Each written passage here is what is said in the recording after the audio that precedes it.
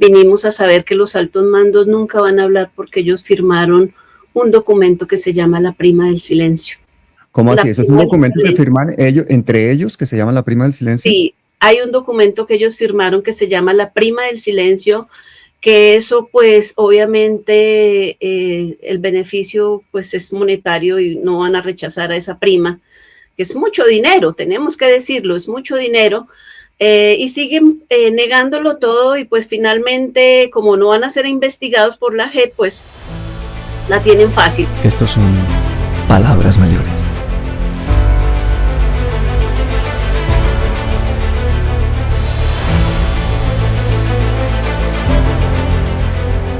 Bueno, gente, ustedes saben que este es un canal de derechos humanos. Ustedes saben que este es un canal que ha remado mucho con el tema de los falsos positivos, que ha denunciado la cúpula, que ha estado siempre con Mafapo, que ha estado siempre con las madres de los falsos positivos, con las víctimas de crímenes de Estado.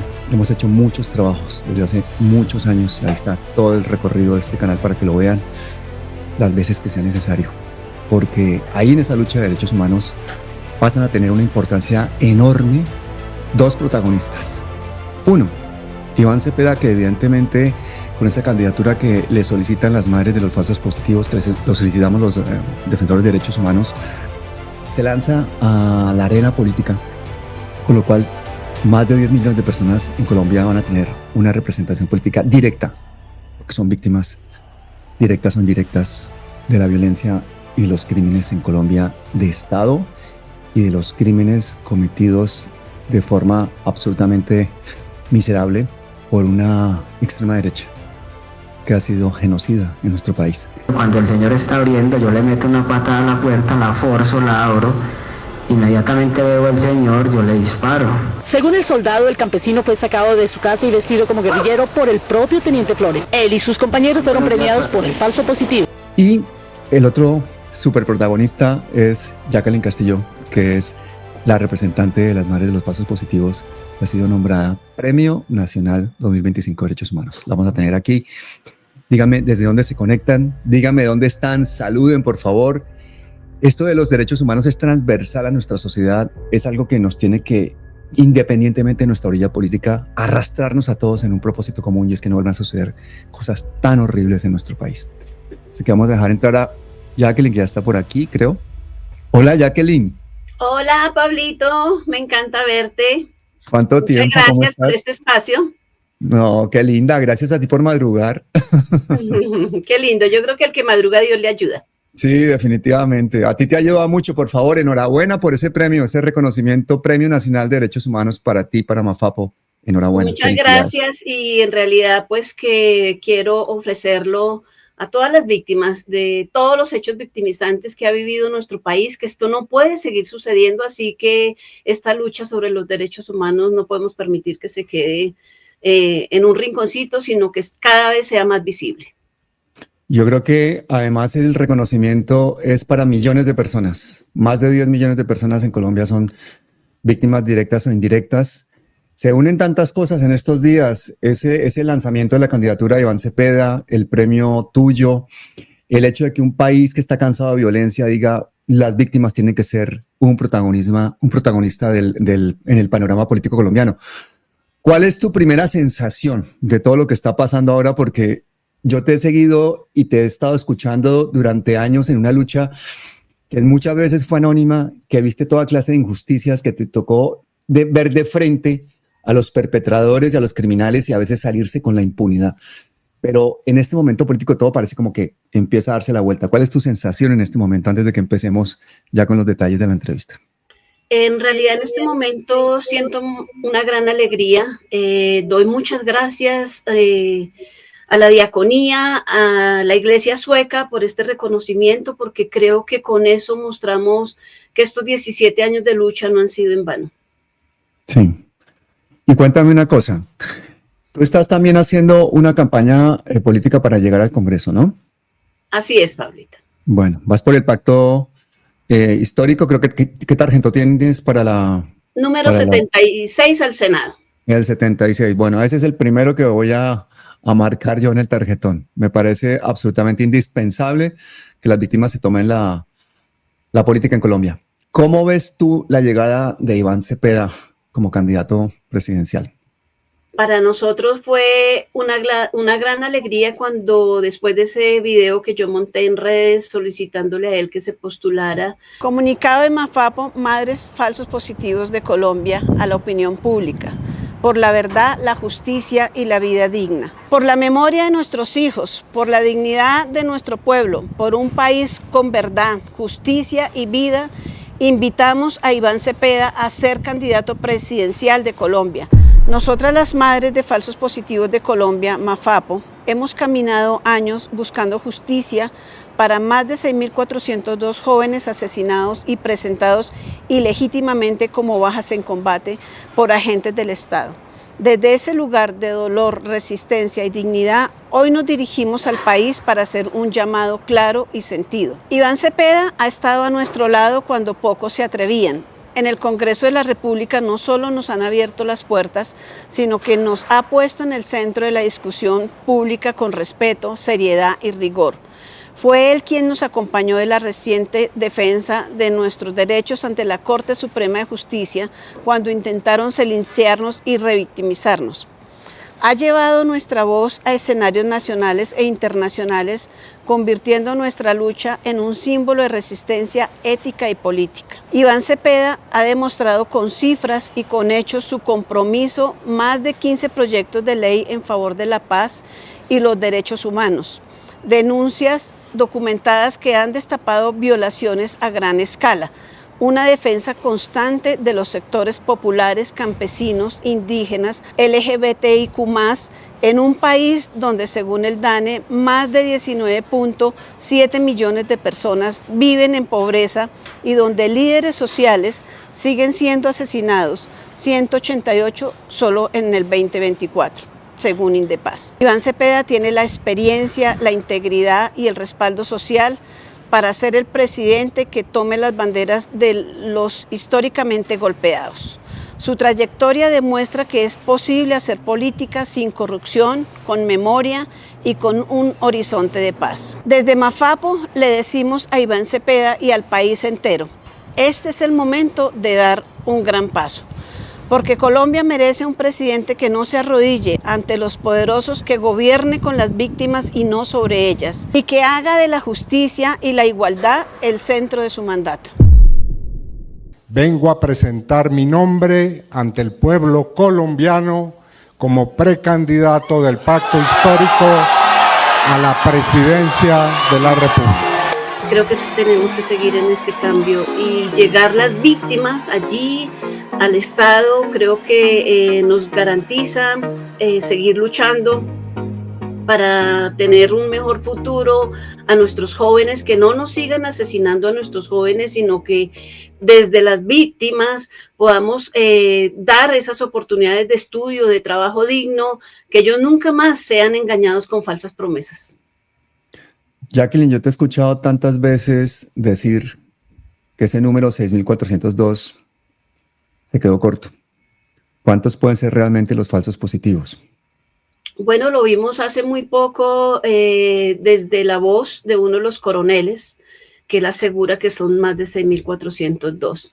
Seguimos viviendo ese negacionismo y vemos cómo cada vez en el trabajo que hace la Justicia Especial para la Paz y la Unidad de Búsqueda de Personas Dadas por Desaparecidas en los territorios siguen apareciendo cuerpos y se sigue demostrando que muchos de ellos son casos de falsos positivos. Así que yo creería personalmente, Pablito, que nunca lograremos saber la cifra exacta de este horror que vivimos en Colombia. Esta monstruosidad que a veces cuando veíamos los juicios y la gente en la JEP y esas declaraciones, nos quedábamos siempre como con la sensación de que las cúpulas militares siguen gozando de gran impunidad en Colombia, de que se salieron con la suya muchos de ellos. ¿Es así o no? En realidad es así, Pablito. Creo que muchos de ellos la sacaron fácil, podemos decirlo. Desafortunadamente, en los acuerdos de paz quedó en firme que ellos no iban a investigar expresidentes ni altos mandos.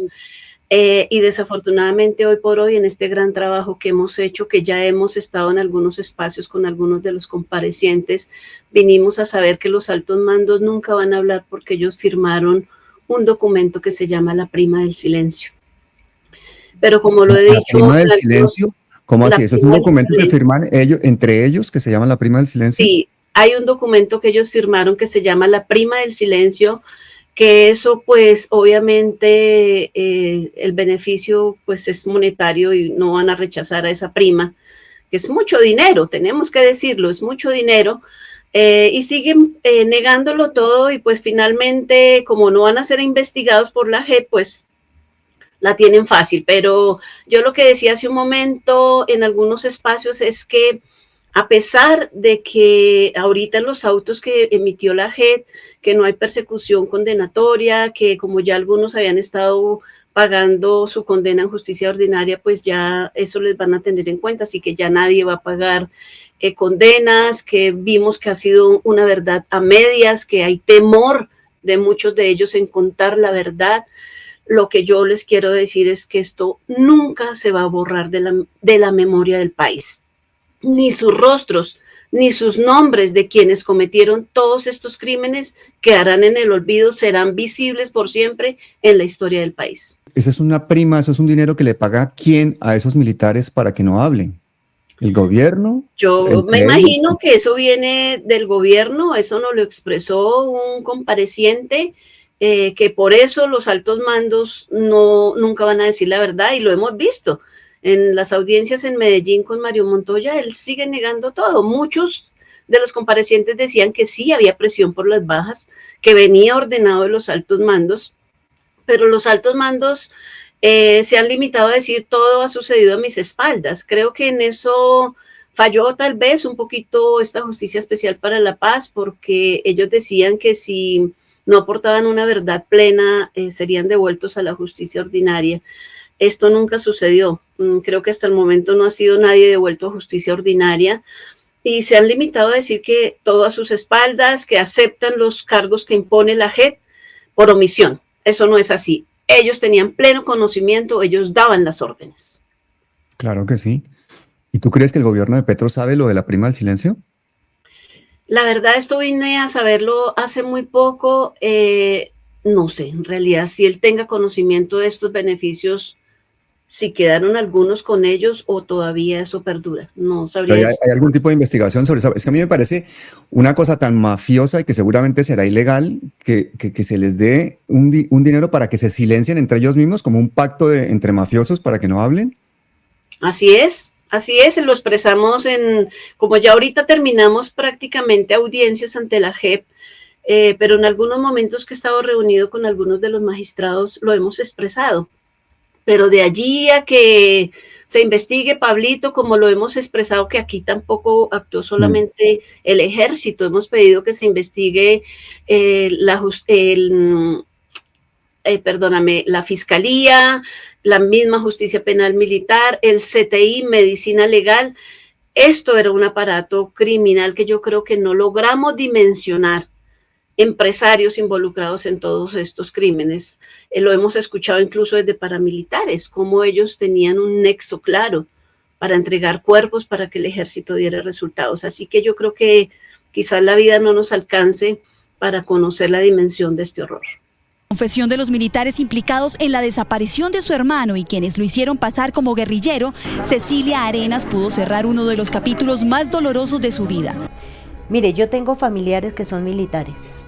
Cuando sucedió esto, lo primero que ellos me decían era, ya, gordita, por favor, callada. No vaya a decir nada, el ejército es una institución demasiado grande y tú no te puedes meter con ellos. Ya los mataron, ya listo, así se quedó. Pero no, esa no es la lucha. La lucha es destapar todos estos crímenes que se encuentran en total impunidad y que siguen ocurriendo. Seguir mostrando cómo el ejército nos quiere encallar, cómo nuestras grandes cabezas se quedan calladas. Y es la pregunta de nosotros, ¿quién dio la orden?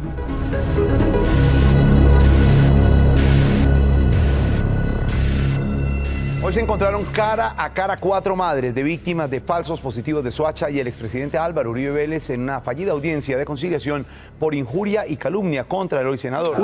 ¿Cómo te llega a tus oídos lo de la primacía del silencio? Eso me parece un buen punto para hacer énfasis, porque si hay un acuerdo mafioso de gobiernos anteriores o de cúpulas militares anteriores en el que se está pagando incluso por silencio a generales que muchas veces son multimillonarios de forma muy extraña, porque ahí se maneja muchísimo dinero, muchísima contratación, muchísima coima, muchísima corrupción, me parece un buen punto para que la Fiscalía, para que el gobierno actual, para que el Ministerio de Justicia, para que el mismo ministro de Defensa nos digan si eso existe, si eso es verdad, si se está pagando una prima de silencio para que la gente no cuente la verdad, para que esas cúpulas militares no cuenten la verdad. ¿Cómo te enteraste tú de eso? ¿Quién te dijo eso?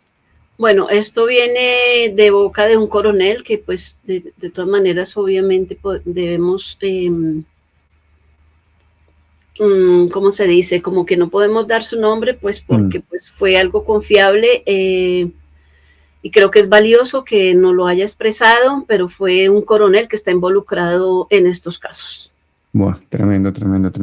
Y que Daniel estaba en Ocaña, enterrado como un NN.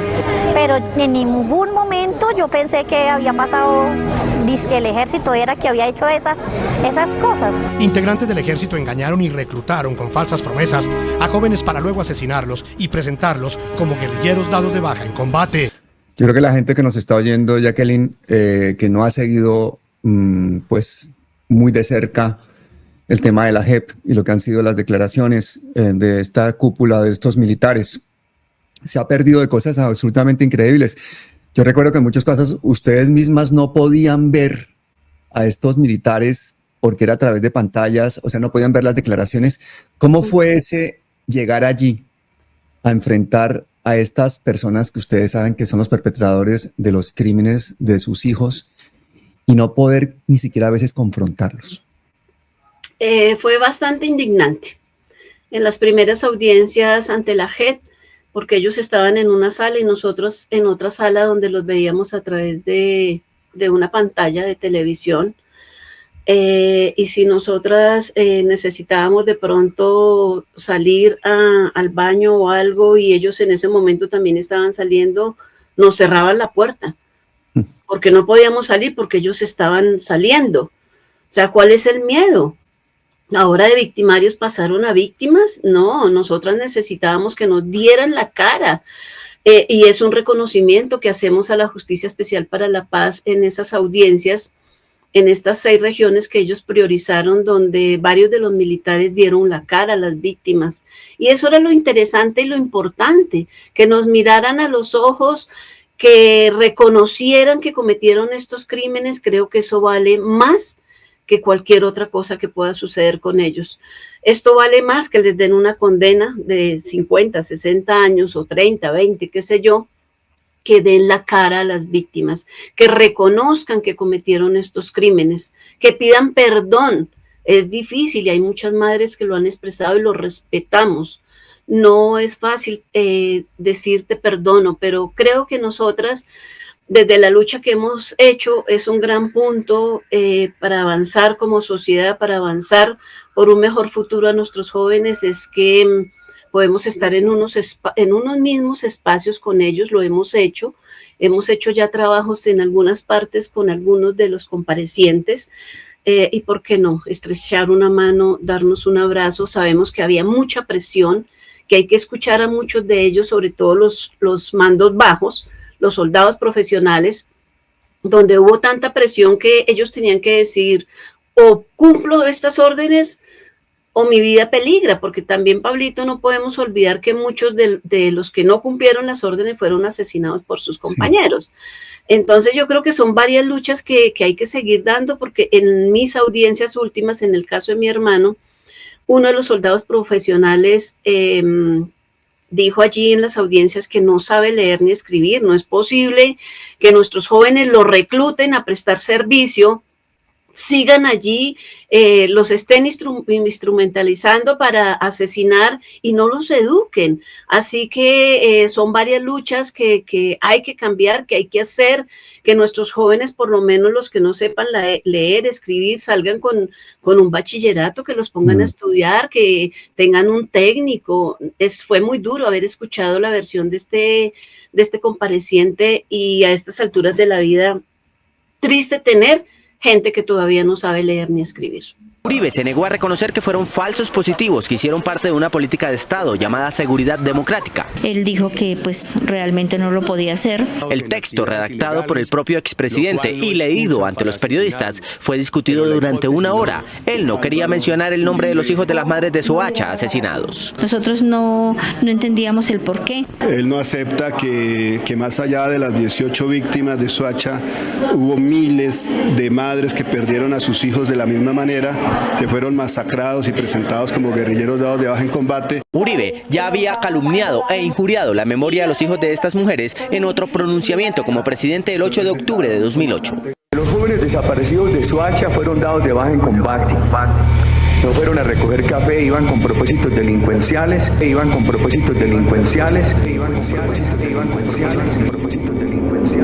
Con tomates recibieron al expresidente Álvaro Uribe en el municipio de Soacha, Cundinamarca. Tengan carácter, tengan personalidad. El presidente Uribe lo reconocen internacionalmente como el mejor de Colombia. Él ha llegado y él es al que vamos a recibir con aplausos. Muy querida comunidad de Soacha sin deuda de nuestros 8 años. ¡Mentirosos! ¡Mentirosos! ¡Mentirosos! ¡Mentirosos! ¡Mentirosos! ¡Pasen Soacha! ¡Euros son amores y no buenas razones! ¡Ahí están los responsables del reclutamiento y asesinato de menores! ¡Vayan al Congreso! ¡Gracias, comunidad!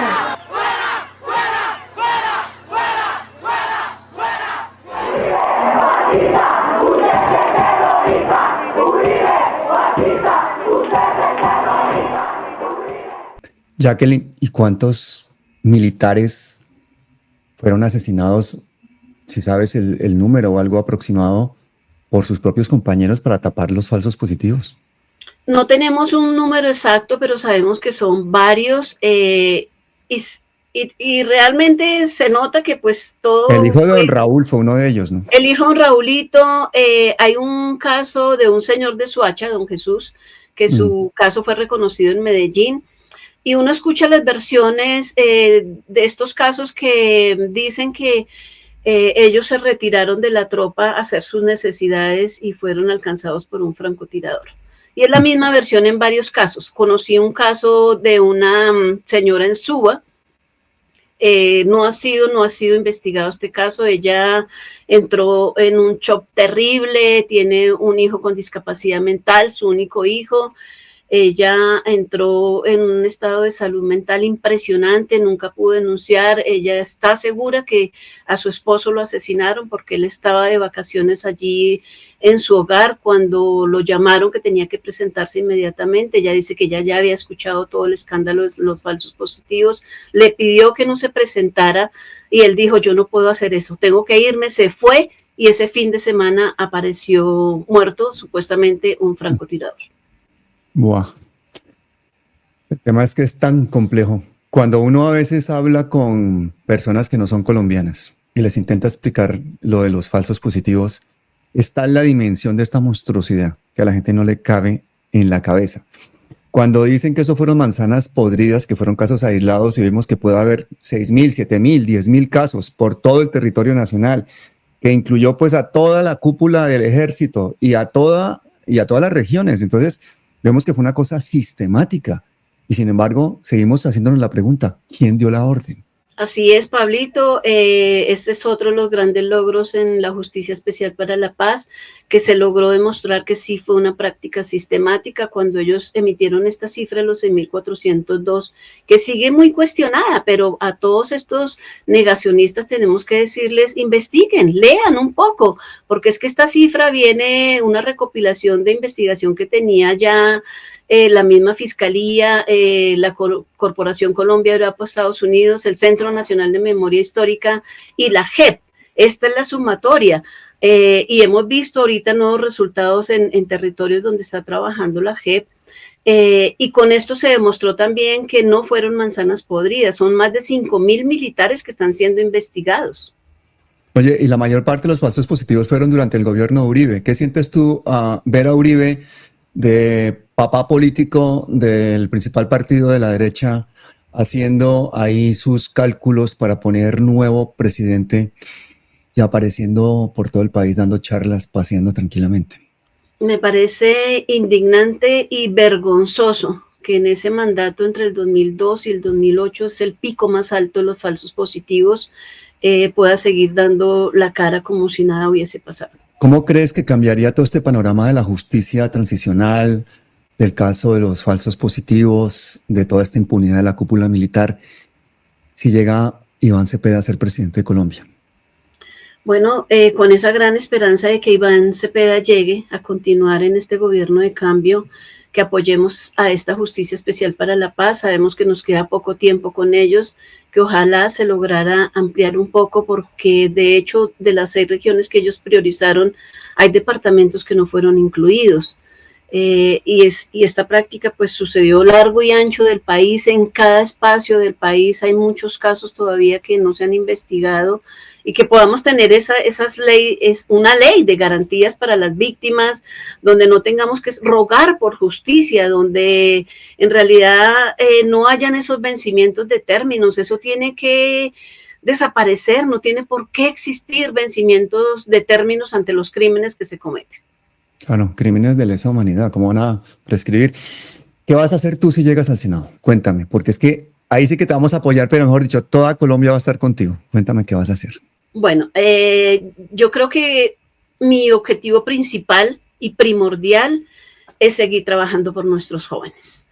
Nosotros venimos haciendo muchos talleres a través de la pedagogía en colegios y en universidades, y vemos esa falta de oportunidad para nuestros chicos acceder a una universidad, por ejemplo. Entonces, ¿por qué no luchar para que a nuestros jóvenes se les garantice el estudio, un trabajo, que ellos puedan emprender? A nuestras madres, que no se silencien, que no se callen sus voces, que tengamos esa oportunidad para que ellas también puedan tener un trabajo digno, oportunidades también de prepararse, porque pues desafortunadamente hay muchas mamitas que todavía, te lo decía hace un rato, no saben leer, escribir, y no podemos permitir que haya a estos momentos de esta vida gente que no sepa leer ni escribir. Se deben preparar para tener mejores oportunidades de un trabajo, de salir adelante con sus hijos, de tener, como te decía hace un momento, una ley de garantías para que no tengamos que seguir reclamando por justicia. Total.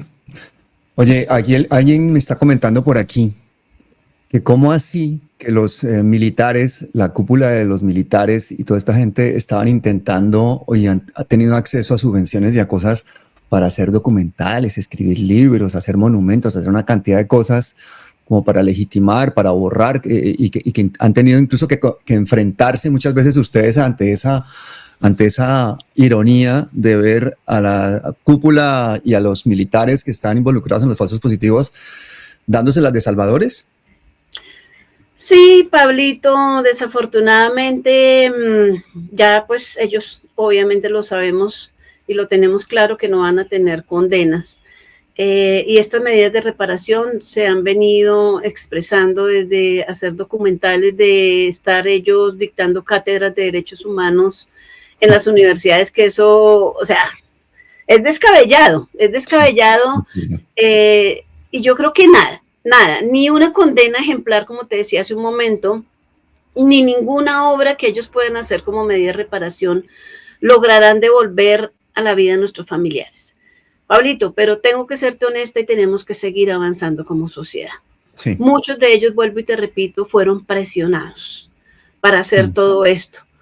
Desde nosotras, muchas, porque pues hay unas que, vuelvo y te repito, dicen que no pueden perdonar, pero muchas hemos venido trabajando que tenemos que seguir avanzando como sociedad. Si queremos hacer un cambio, si queremos dejar un mejor futuro a nuestros jóvenes, tenemos que perdonar.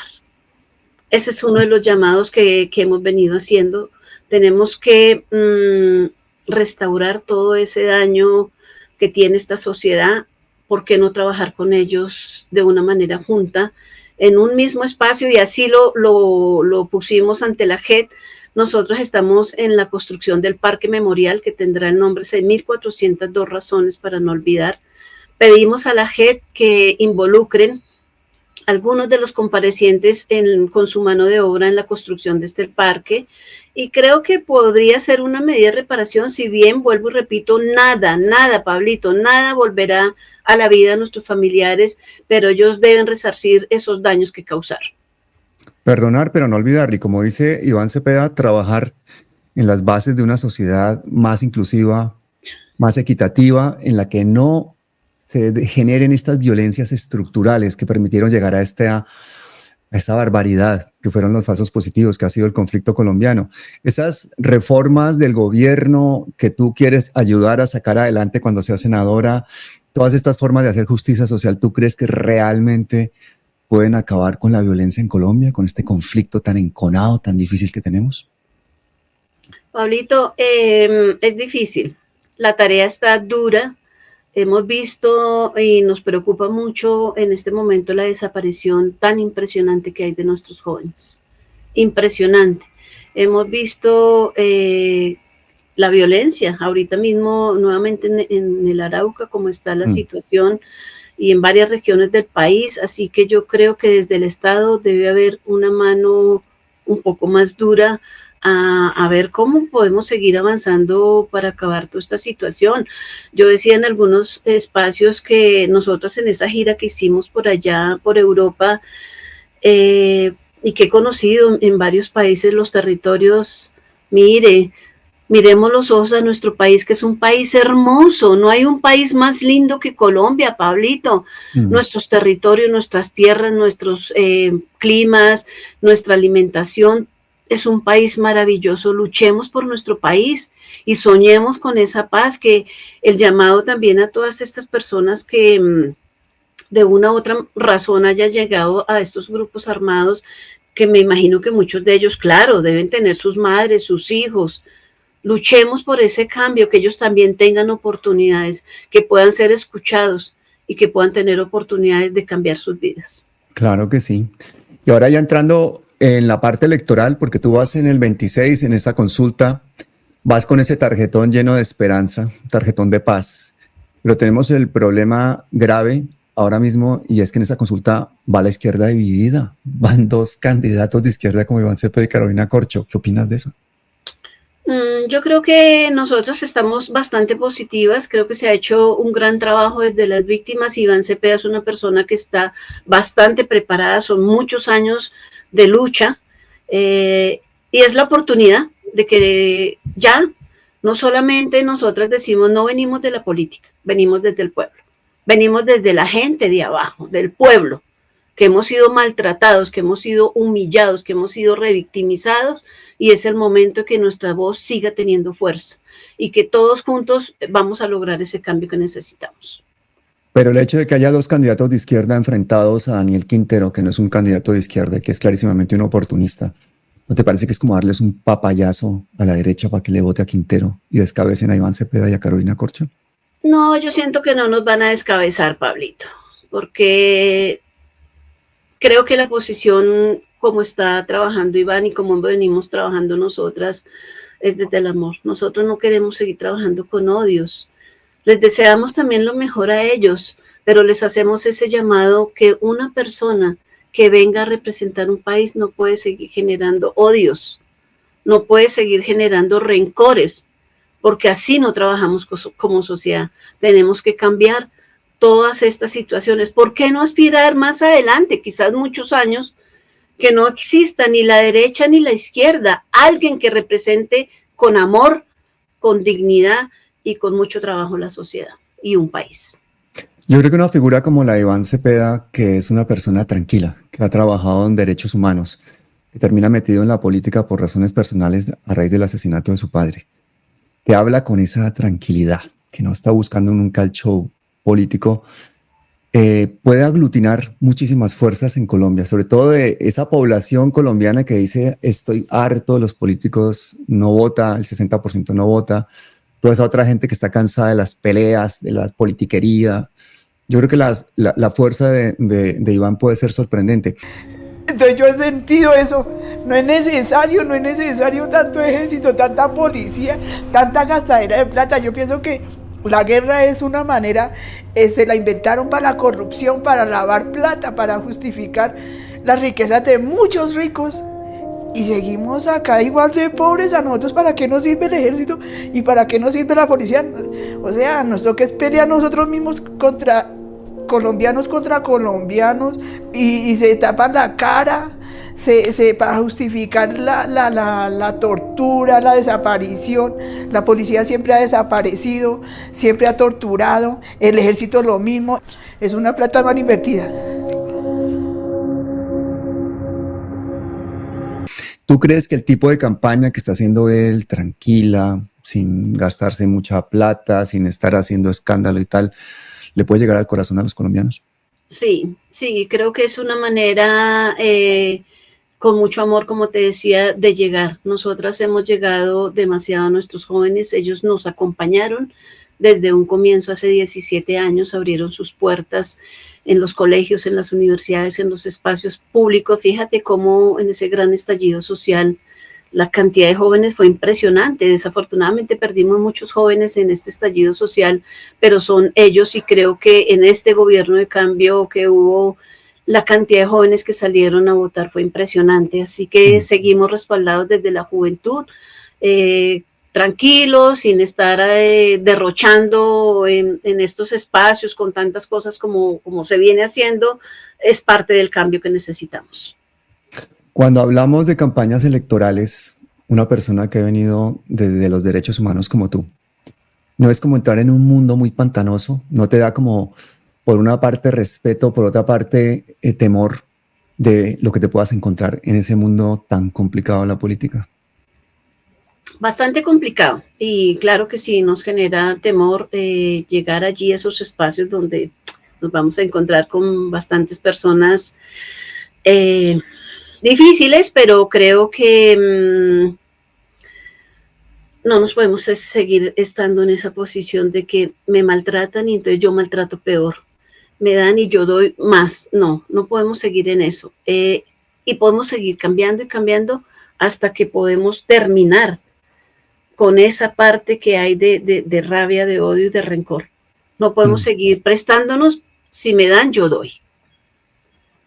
Por ahí oigo a gente que dice en los comentarios, nada, ustedes ahí con el Mahatma Gandhi colombiano, con Cepeda, no van a conseguir nada, que están enfrentándose a aparatos publicitarios que gastan millonadas en campañas espectaculares, gente que va con unos discursos súper potentes, con un Mahatma Gandhi colombiano hablando con esa parsimonia y con esa tranquilidad, no van a conseguir nada. Por otra parte, vemos la potencia de los mensajes de una persona que habla con tranquilidad o con dulzura, como tú, como Iván. Entonces yo sí que creo que hay un espacio político importante para que la gente en Colombia se dé cuenta de que esto no es a gritos, esto no es a insultos, esto no es a fanatismos ni a sectarismos, sino es una búsqueda de la justicia, de la paz. Así que me encantaría que les dejaras unas palabras de ánimo a toda esa gente joven de la resistencia colombiana, progresista, de izquierda, que está desanimada, que está a veces tan abandonada, que las ha atropellado el neoliberalismo, o sea, que se han quedado sin trabajo, sin estudios, sin oportunidades, pero que tienen que salir a dar el golpe sobre la mesa y votar el día 26. Bueno, a toda esta juventud hermosa que los llevamos en nuestros corazones, porque son ellos quienes nos inspiran. Hemos dicho muchas veces, perdimos muchos de nuestros jóvenes, pero creo que el haber destapado este horror logramos salvar la vida de muchos jóvenes, porque esto hubiese podido seguir sucediendo. Así que queremos buscar estas oportunidades para que nuestros jóvenes tengan esas oportunidades de estudio, de trabajo, de emprender, que tengan ese acompañamiento como lo merecen, desde el Estado, claro, desde nosotras como madres que hemos luchado, que nos enfrentamos a toda esta injusticia que hemos vivido, y que logremos esa paz que necesita nuestro país, que tengan esas oportunidades que merecen y como lo merecen. Son ellos los que nos inspiran para seguir luchando. Qué maravilla sería tener una madre de Soacha en el Senado. Gracias. Helen Castillo, vamos a votar masivamente por ti. ¿Tarjetón número? Tarjetón número 76, Pacto Histórico. Los esperamos este 26 de octubre para que nos acompañen. Vamos a arrasar. No hay otra. Muchísimas gracias. Al Senado. Allá llegaremos y con mucho amor y dignidad queremos trabajar por nuestro pueblo colombiano. Mil gracias, Jacqueline. Un abrazo y hasta siempre. Un abrazo. En este movimiento por la verdad y la justicia, la lucha de las mujeres ha sido esencial, especialmente la de las madres y hermanas que convirtieron el amor en perseverante y metódica búsqueda. Gracias a ellas, a las organizaciones de familiares, la desaparición forzada, ese crimen que se intentó ocultar a toda costa por tantas décadas, se nombró, se visibilizó y se reconoció como crimen de lesa humanidad. Vengo a presentar mi nombre ante el pueblo colombiano como precandidato del Pacto Histórico a la presidencia de la República.